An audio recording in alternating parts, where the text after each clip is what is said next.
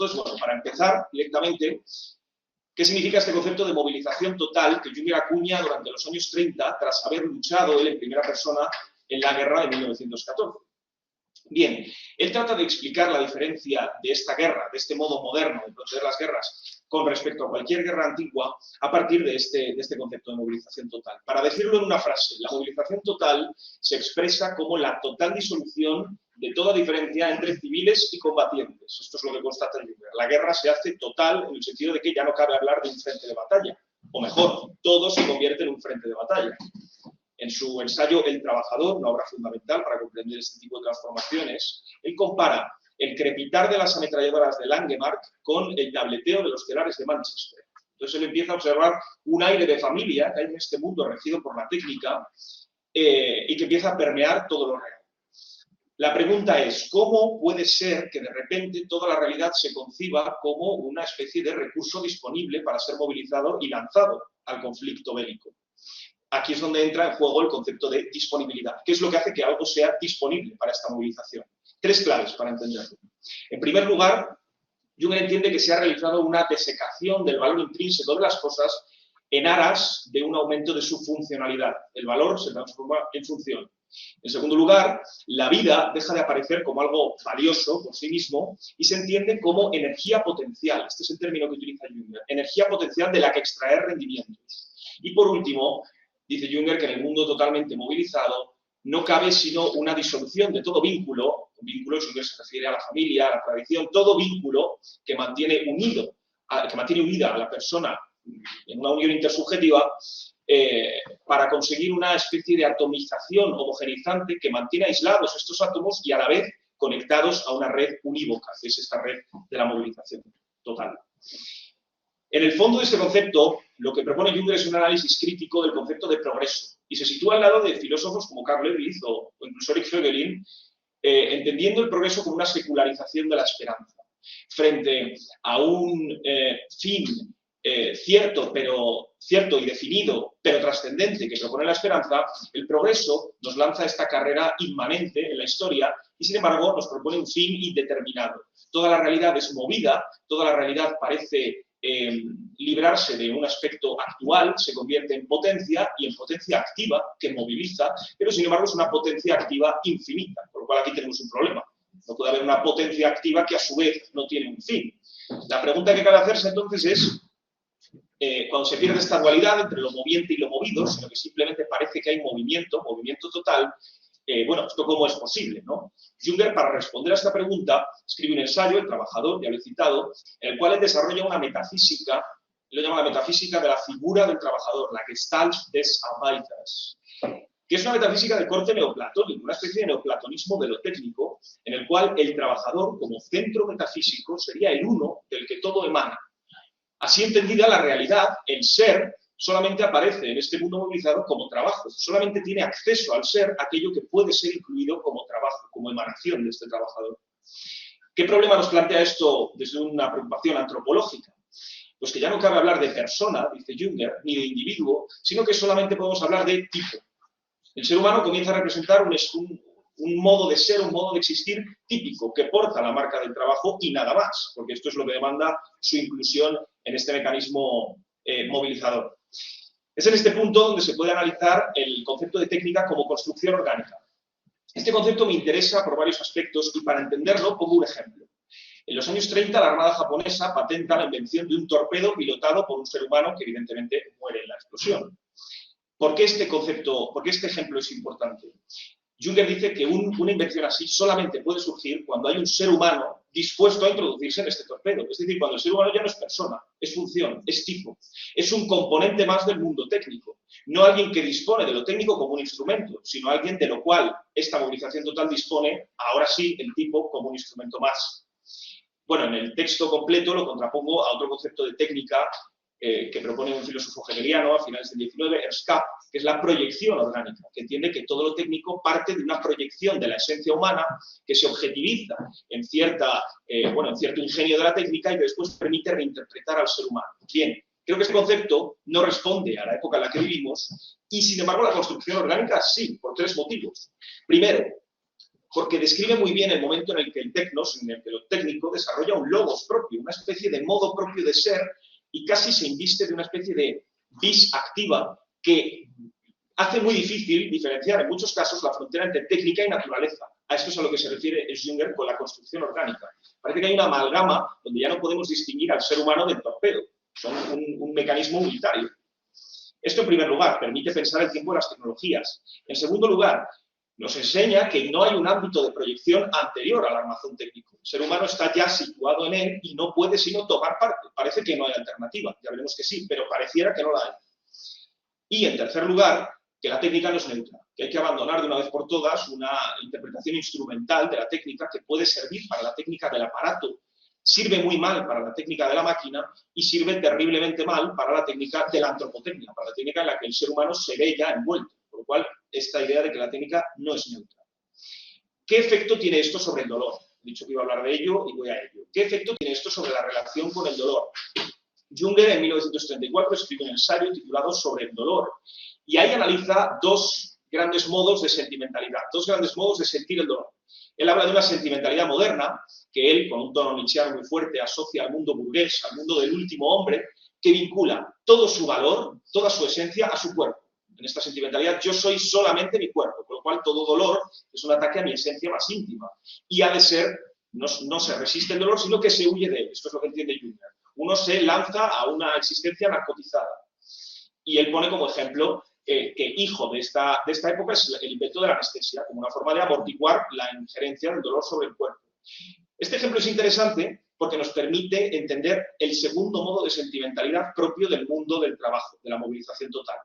Porque Junger dice que mientras que la anestesia amortigua el dolor de mi cuerpo, al mismo tiempo lo trata como una res extensa, modificable mecánicamente, abierta a la influencia técnica. Y aquí estamos ya de lleno en este mundo de la construcción orgánica. ¿Cómo resistir este mundo en el cual el ser humano es puesto dentro de un torpedo, en un avión y se le llama kamikaze, o bajo una bomba atómica? ¿Cómo puede el ser humano resistir esto? La respuesta de Junger es que el mandato de la época es extirpar la zona de la sentimentalidad, extirpar la zona en la cual sentimos dolor, extirpar el cuerpo. Esta es la gravedad que ve Junger en este mundo de la construcción orgánica. Es decir, aquí surge lo que podríamos denominar este imperativo dualista de la técnica. Para resistir al mundo tecnificado no podemos sino abandonar el propio cuerpo. Junger dice literalmente desarrollar una segunda conciencia que permita tratar al propio cuerpo como un objeto. Esta es la forma de resistir, en una especie de mundo centáurico, donde no nos podemos separar de lo dado, de lo fáctico. No hay trascendencia ninguna. Bien, la consecuencia moral de esto es el desarrollo de un ethos que Junger denomina realismo heroico, una especie de aceptación, de estoicismo descarnado, aceptación de lo dado sin posibilidad de sustracción a este proceso. Claro, el problema moral, digo, de esto es que el otro es situado como un ser más allá de la zona del dolor y, por tanto, más allá de la zona de la compasión, de la vulnerabilidad. El otro no es persona, es tipo como lo soy yo, es función como lo soy yo. Este es el problema. ¿En qué momento se quiebra esto? Se quiebra cuando Junger vive la Segunda Guerra Mundial y en su diario escribe: en ningún momento me es lícito olvidar que hay personas que sufren. Es decir, esto se quiebra cuando se mira al otro en tanto que otro, no en tanto que función. ¿Y cómo se puede resistir? Por tanto, una vez descubrimos que el otro es algo más que una construcción orgánica, algo más que un tipo, y que yo mismo también soy algo más que un tipo y una construcción orgánica. Bien, termino ya introduciendo ese último punto donde hablo de una recuperación de la interioridad que cabe rastrear en la obra de Junger principalmente durante los años 50. Dos ensayos clave para esto. Uno que dedica a Heidegger en su 60º cumpleaños, sobre la línea, über die Linie, y el otro, La emboscadura, de Wahlgang. Sobre la línea, Junger termina diciendo que la lucha contra el nihilismo solamente se puede librar, solamente se puede ganar en el propio pecho. Él alude a esta sede donde se agolpan todos los problemas y cuidado, porque podríamos decir, bueno, esto cae en un subjetivismo, ¿no? Yo me libro del nihilismo privadamente y ya está. Él en el último pasaje de esta obra dedicada a Heidegger dice que cuando uno gana contra el nihilismo en su propio pecho, vence a la nada, vence ese avance del desierto, se cambia el mundo. Es decir, esto tiene una trascendencia necesaria. Él incluso llega a citar el pasaje de la Biblia en la cual se narra cómo Dios dice que si encuentra a 10 justos, salvará a Sodoma. Claro, este es el problema. La posibilidad de que alguien venza a la nada no es una victoria privada, no lo es en ningún caso, porque es una lucha por el sentido que se confirma en uno, pero que permea a todos. Y en la emboscadura esto lo explora Junger con mucha más prolicidad. Lo que me interesa de esta obra es el tratamiento mítico que realiza Junger de la interioridad humana. Habla del interior como un bosque, y no es casual que utilice esta figura.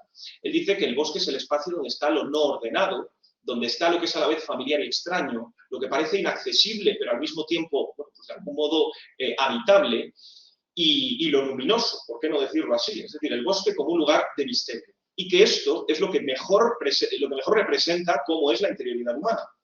Junger llega a decir que en este bosque que todo el mundo tiene dentro en tanto que persona, hay una vida eterna a la espera de ser descubierta.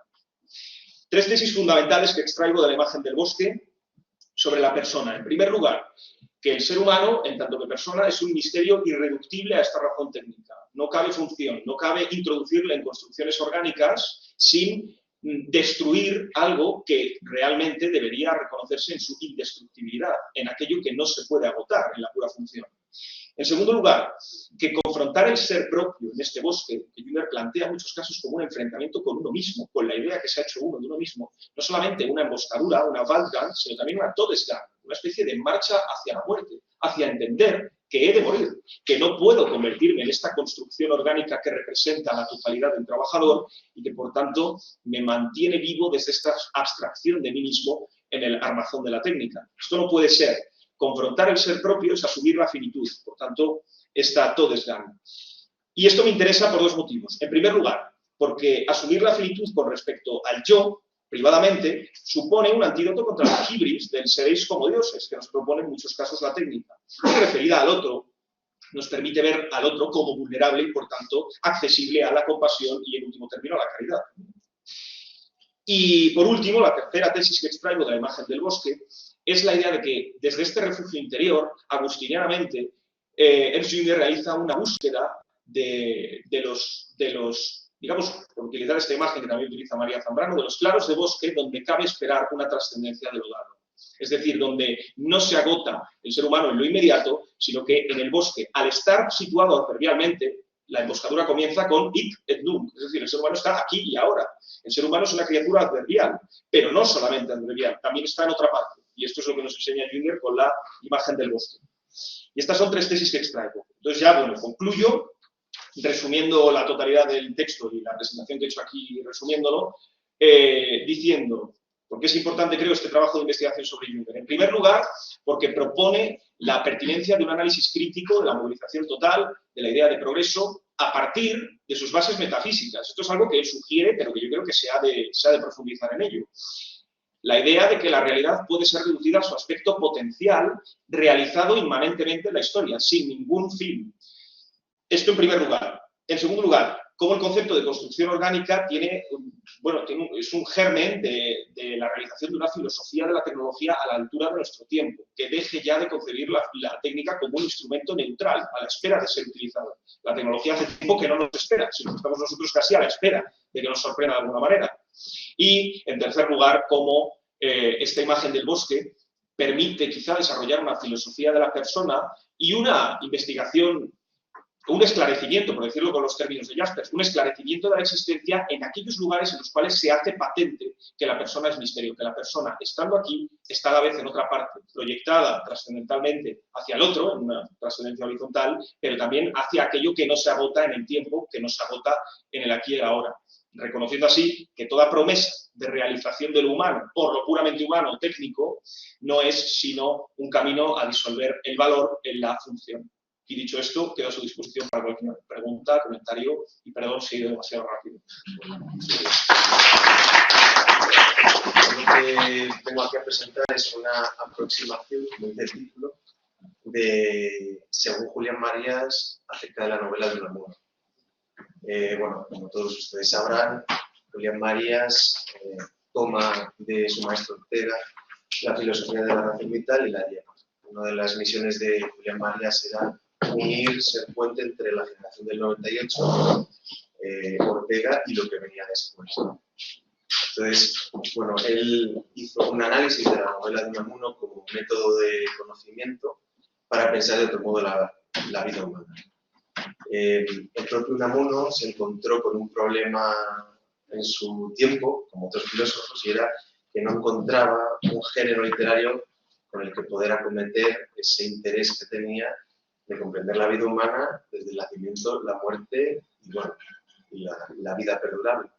Entonces, la hipótesis de fondo detrás de todo esto es que a través de esa novela, Unamuno, la novela personal, encuentra el narrador auténtico de la temporalidad de sentidos, que es la que tiene lugar en la biografía de la humanidad, que sería la historia, y cada biografía concreta de cada persona, sea biografía del alma. Entonces, bueno, pues digamos que el argumento de la vida atiende a la narración íntima de cada vida y responde a las preguntas de quién soy y qué será de mí, que eran las dos únicas preguntas que decía Julián Marías que respondía el hombre en su vida y debía responder la filosofía, corrigiendo así la pregunta de Kant de qué es el hombre, ¿no? ¿Quién es? Entonces, bueno, Unamuno buscaba agónicamente una razón que pudiera comulgar fe y razón no racionalista, no matemático-física, sino esa otra comprensión. Entonces, así poder acercarse al misterio y a la vida, el misterio con M mayúscula, haciéndose cargo del dolor, de la muerte, la belleza, el amor y otros ingredientes vitales. Esa razón para poder sentir, pensar y sobre todo vivir la vida con movilidad y dinamismo. Había una necesidad radical en él de hacer un uso de la imaginación y de la fe. Y esa razón para poder llegar a vivir, aunque fuese dudando y creyendo agónicamente, era para encontrar una vida con sentido. Por eso ese esfuerzo de búsqueda, no solo a través de la propia filosofía, o poca filosofía, o quiero decir, no. Julián Marías decía que Unamuno era bastante filosófico, pero que no era filósofo. Entonces, bueno, en fin, también queda en la posteridad y para nosotros es filósofo. Es parte de esta cuestión de la temporalidad. Volviendo otra vez a esto. En ese esfuerzo por encontrar esa expresión y esa posible razón, bueno, culmina en la novela personal, ¿no? Para aprender esa biografía íntima y esa personalidad en juego, personalidad entendido como la persona que se va haciendo y que va a llegar a ser, no como identidad o psicológica, en fin. O sea, es esa persona que se está haciendo y ese es el punto clave de la novela personal. Julián Marías no lo dice explícitamente, pero sí que es cierto que en la filosofía de la razón vital bueno, nace, digamos, de la acometida de Unamuno en el sentimiento trágico de la vida y Ortega se ve obligado a responder y entonces formula, ¿no? Ahí su famosa razón vital. Pero Unamuno ya estaba haciendo función, estaba haciendo obrar otra razón que es la razón narrativa. Es uno de los nombres de la razón vital para un nivel concreto de la vida humana, que luego a nivel de la humanidad pues sería de los pueblos sería la razón histórica.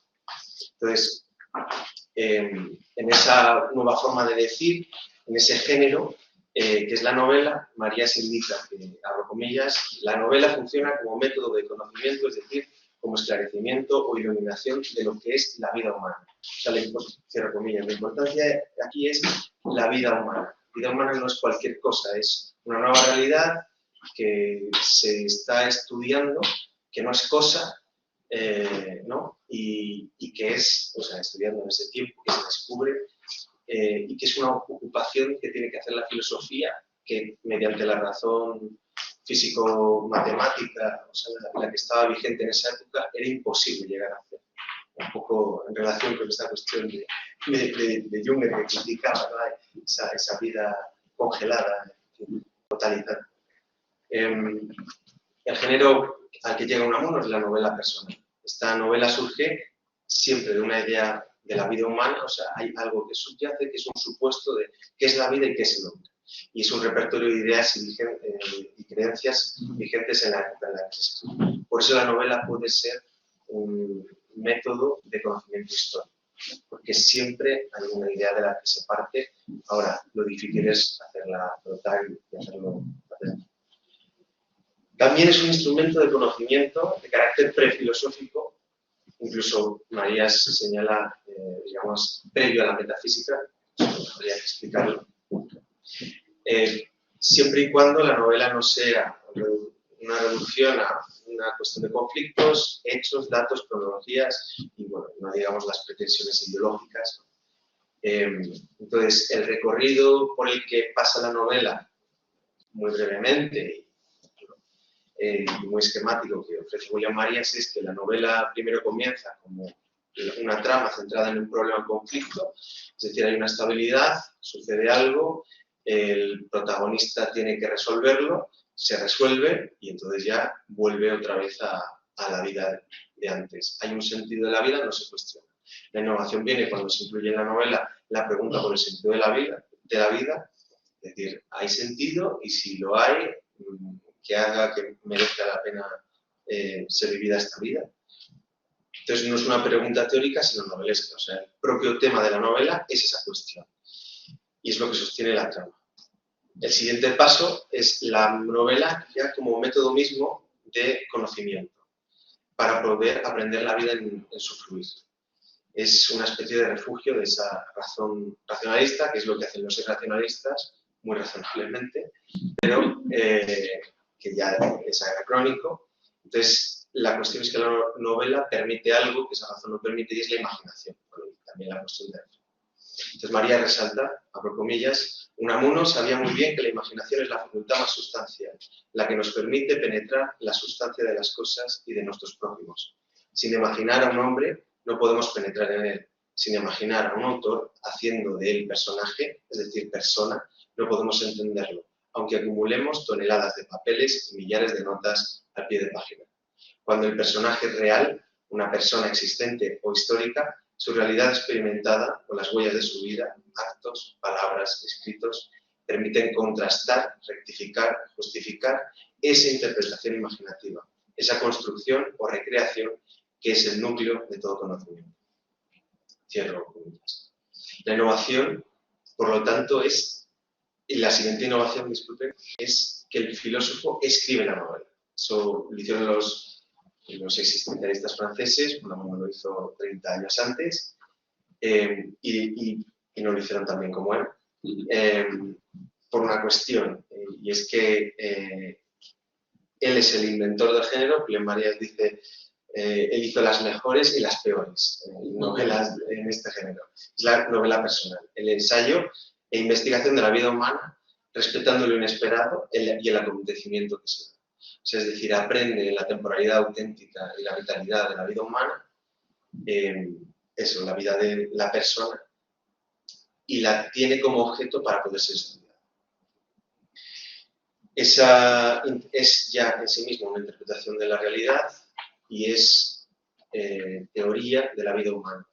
Para Marías, la metafísica es teoría intrínseca de la vida humana, porque es la idea de la realidad de la que surge también la idea de persona y desde la que el hombre vive, necesaria para poder hacer la propia vida. Es decir, la realidad humana, la realidad nuda, sin nada, sin interpretar, es la vida humana.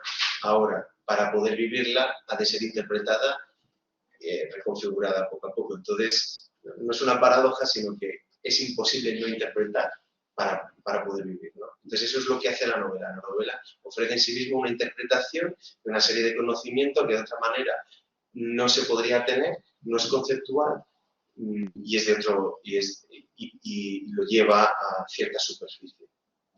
Señala Marías que la novela es un puente entre el nivel abstracto y conceptual y lo concreto de la vida.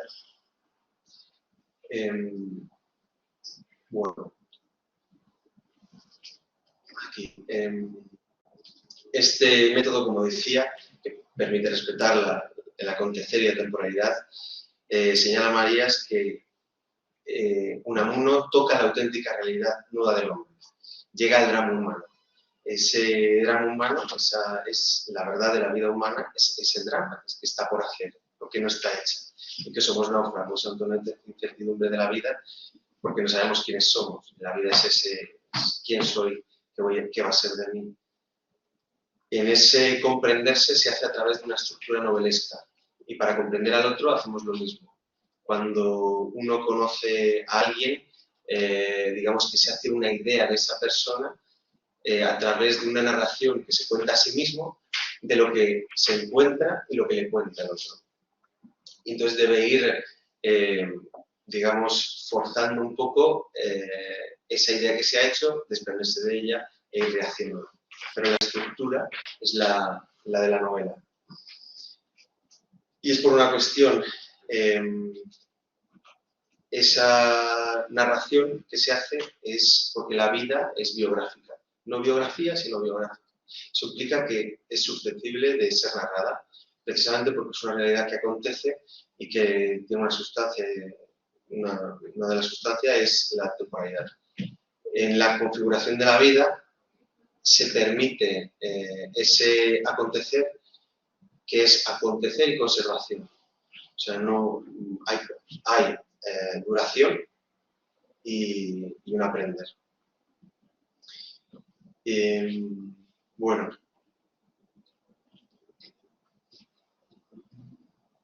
Otra cuestión interesante de la novela es, digamos, permite configurar lo real, lo irreal y lo ficticio. La irrealidad y lo ficticio permite, además de poner en ejercicio la imaginación, alterar ciertas condiciones de la realidad, de la vida humana, y ensayar qué sucedería sin afectar a nadie, pero digamos que es un método para comprobar la autenticidad de las ideas, basado en la verosimilitud, dice Julián Marías. No había una comprobación empírica como tal, pero sí se podría ver hasta qué punto esas ideas permiten una vida auténtica o no. Es decir, una vida vivible que lleva al desastre. Otra de las virtudes de la novela de Unamuno es que hace personaje no solo de las personas, sino también de los pueblos, de los lugares. Pues en Paz en la Guerra y en San Manuel. Eso remite directamente pues, a la idea de circunstancia, ¿no? Entonces es la persona, no solamente la persona, sino la persona con sus vínculos, con las cosas, lo que hace con ellas, lo que le pasa, lo que piensa y la circunstancia, que todo eso es su circunstancia. Entonces, bueno, digamos, muy resumidamente, la novela sería el arte de la imaginación y la novela personal haría posible la encarnación dramática de una filosofía, dando cuenta de la autenticidad de las ideas. Y para terminar, casi el punto, pues unas palabras de Unamuno, dice, ¿cómo se hace una novela? Dice, yo quiero contarte, lector, cómo se hace una novela, cómo haces y has de hacer tú mismo tu propia novela. El hombre de dentro, el intrahombre, cuando se hace lector, contemplador, si es viviente, ha de hacerse lector, contemplador del personaje que va a la vez leyendo, haciendo, creando, contemplador de su propia obra. El hombre de dentro, el intrahombre, y este es el más divino, que es el trashombre o el sobrehombre nietzscheano, cuando se hace lector, hácese por lo mismo autor, o sea, actor. Cuando lee una novela, se hace novelista. Cuando lee historia, historiador. Y todo lector que sea hombre de dentro, humano, es lector, autor de lo que lee y está leyendo. Esto que lees aquí, lector, te lo estás diciendo tú a ti mismo. Y es tan tuyo como mío. Y si no es así, es que ni lo lees. Y un poco después señala, contar la vida no es acaso un modo, y tal vez el más profundo de vivirla. Pero comillas, muchas gracias. El humanismo pedagógico de Werner Jäger. El humanismo es una apuesta directa y decidida por el ser humano. El hombre en toda su extensión y multiplicidad es el objeto de su conocimiento. Por eso no puede hablarse de un concepto unívoco que pueda describirlo, ni un momento histórico específico que pueda señalarse como su origen o punto de partida. Más que de humanismo, se habla de humanismos, porque han sido muchos los pensadores y las corrientes filosóficas o culturales que se han aproximado al hombre para comprenderlo metafísicamente, para entender su actuar histórico o promover su interacción social. Werner Wilhelm Jäger, que nació en 1888 y murió en 1961, es un importante autor alemán que es considerado el fundador de la filología humanista y se caracteriza porque no solo reconoce el valor trascendental de la historia para comprender cualquier texto o cualquier forma de pensamiento, como se hacía en la filología clásica y convencional, sino que su novedad está en reconocer que esa historia es la que transmite de manera viva los valores integradores de una civilización o de un sistema filosófico. Los aportes realizados por Jäger al campo de la filología y su interés por mostrar las motivaciones más intrínsecas de la filosofía griega han ido despertando el interés por su obra, especialmente en el campo del humanismo, donde se destaca por su investigación minuciosa para mostrar el desarrollo histórico y cualitativo de la educación en la cultura helénica y su impacto en el desarrollo del pensamiento de Occidente.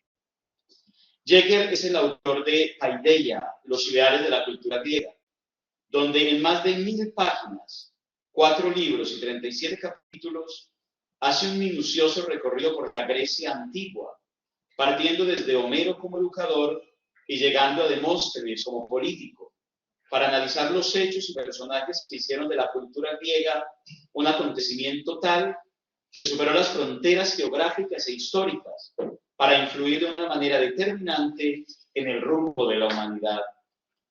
Sus hallazgos le permitieron concluir que Grecia se hizo grande y pudo legar a la humanidad lo mejor de sí porque la unía y la motivaba la paideia. El propósito porque todos sus hijos y habitantes fueran educados de una manera tal que pudieran adquirir todos los conocimientos posibles y responder adecuadamente a las exigencias y problemas del diario vivir. Paideia, los ideales de la cultura griega, es una obra humanista. El protagonista en todas sus páginas es el hombre.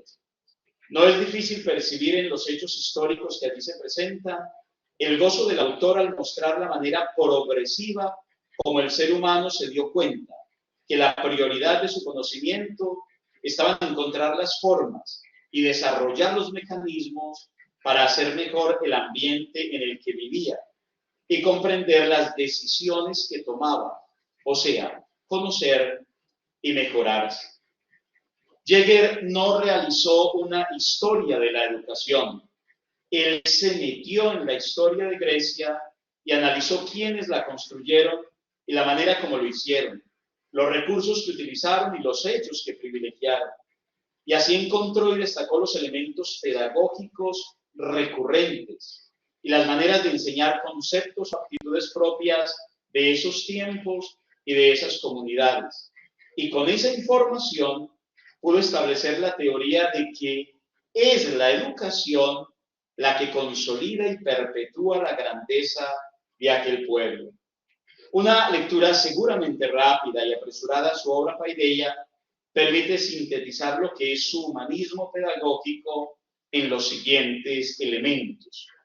Entonces, lo que les estoy diciendo es que después de haber leído Paideia, con ese ánimo de encontrar cuáles son los elementos del humanismo de Werner Jäger, me voy a decantar ahora por 6 elementos, donde yo encuentro que este autor, que está en mucha valoración en nuestros días, pues presenta lo que es ese humanismo que se ha llamado pedagógico y del que es un gran expositor y para muchos el más importante representante, Jäger y el humanismo pedagógico.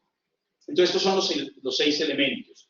El rescate que él hace de la cultura clásica griega, el énfasis en la formación integral del individuo, la valoración de la filosofía, la formación de ciudadanos responsables, la presentación que hace de los maestros como guías y modelos, y la inmortalidad del alma y existencia de Dios. Con respecto a la primera parte, el rescate de la cultura clásica, la introducción que Werner Jäger hace de su libro es una clara radiografía de lo que es su humanismo pedagógico. Con el título de Posición de los griegos en la historia de la educación humana, se dedica a demostrar la manera singular como los griegos rompieron los patrones de las culturas orientales que los circundaban y optando por el individuo más que por la masa o la comunidad, se dedicaron a diseñar el ideal de ese individuo que a la larga terminó convertido en el ideal del hombre griego y se propusieron conseguirlo. Jäger dice, Grecia representa frente a los grandes pueblos de Oriente un progreso fundamental, un nuevo estadio en todo cuanto hace referencia a la vida de los hombres en la comunidad. Esta se funda en principios totalmente nuevos. Por muy altos que estimemos las realizaciones artísticas, religiosas y políticas de los pueblos anteriores, la historia de aquello que con plena conciencia podemos denominar nosotros cultura, no comienza antes de los griegos. Para Jäger es con los griegos donde se inicia, pues no solamente cualquier muestra de humanismo, sino también de cultura. Entonces él hace una fuerte invitación al rescate de la cultura clásica griega. Un segundo elemento y muy importante es el énfasis que realiza en la formación integral del individuo. Y aquí quisiera detenerme sobre esto del individuo. Jäger dice que son ellos, los griegos, los que descubrieron y cultivaron, los que descubrieron en el hombre, en el ser humano, el individuo, y los que cultivaron ese ser individual, y que de ahí parte absolutamente todo, en tanto que el hombre se reconoce como individuo y puede conocerse y mejorarse, desde ahí parte todo lo que es la filosofía, la ética, el conocimiento y demás. Entonces él hace una valoración enorme de que los griegos descubren y cultivan en el ser humano el individuo. Dice Jäger que la importancia universal de los griegos como educadores deriva de su nueva concepción de la posición del individuo en la sociedad. Históricamente no es posible discutir que desde el momento en que los griegos citaron el problema de la individualidad en lo más alto de su desenvolvimiento filosófico, comenzó la historia de la personalidad europea. Roma y el cristianismo actuaron sobre ella y de la intersección de estos factores surgió el fenómeno del yo individualizado. Entonces, segundo elemento de este humanismo pedagógico es la formación integral del individuo. Un tercer elemento es la valoración de la filosofía. Ese punto de personalización e intimidad al que llegó la poesía griega de Sermónides de Amorgos en el siglo VII a.C., de Minervo de Colofón en el siglo VII a.C. y de Safo, la individualidad y subjetividad expresada en lo que se escribía en ese tiempo es el escenario en el que surge la filosofía, según Werner Jäger.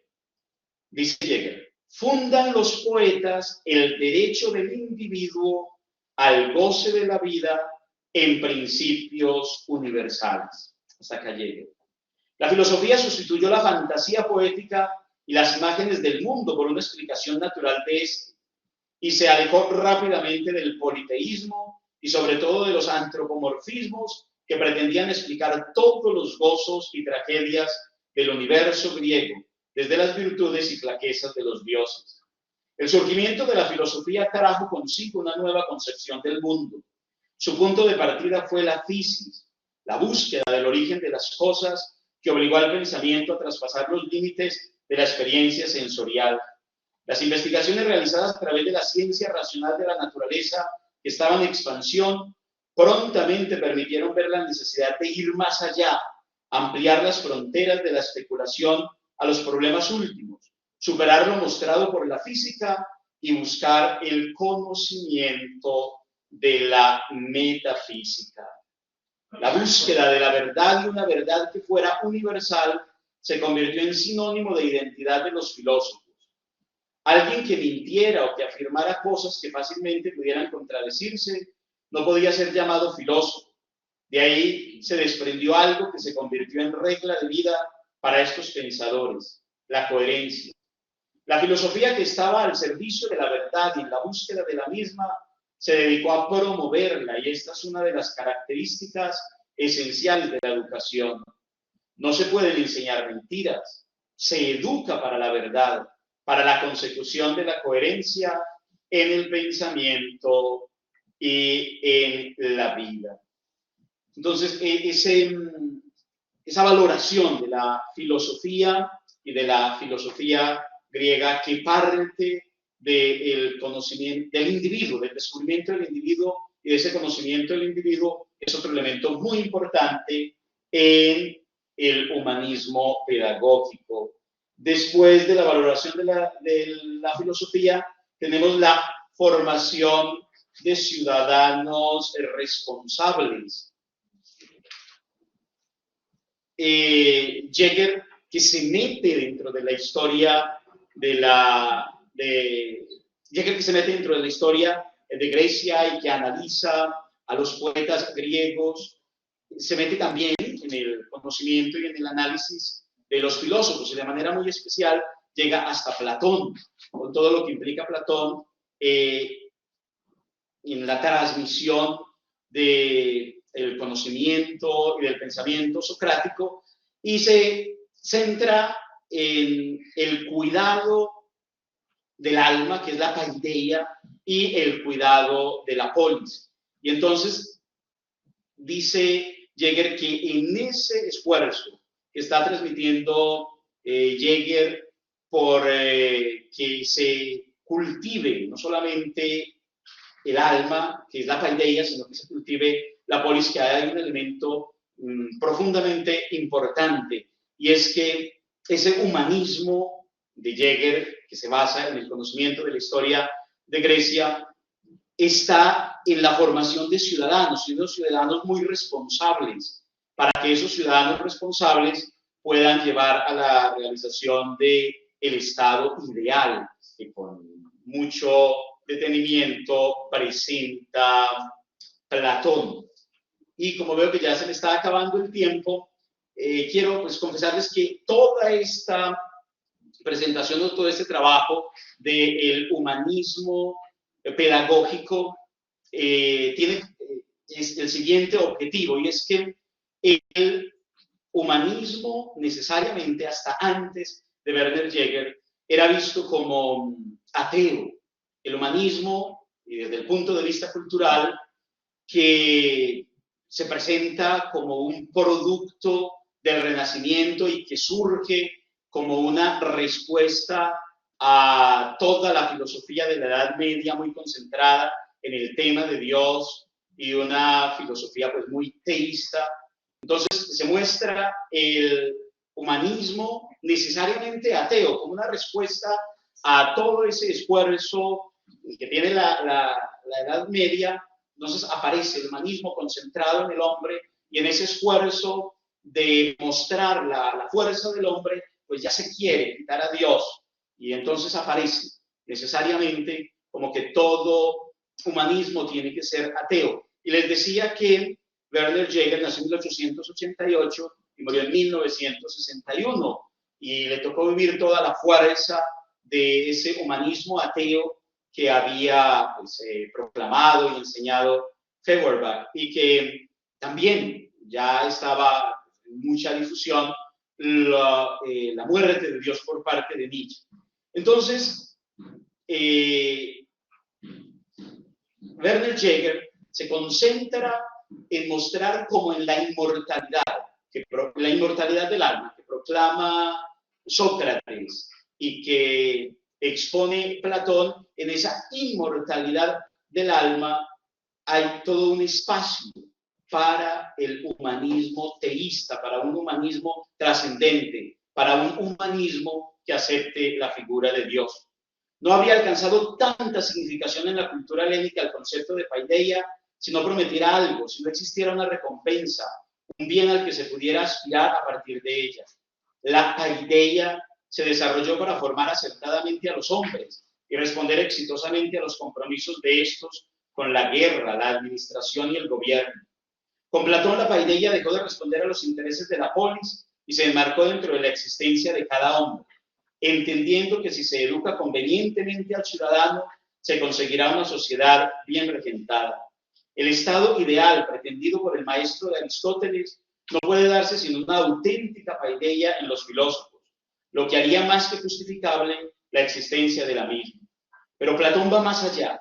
Al final del 9º libro de la República expone la recompensa que le espera al valiente que ha sabido adentrarse y permanecer en la consecución de la paideia.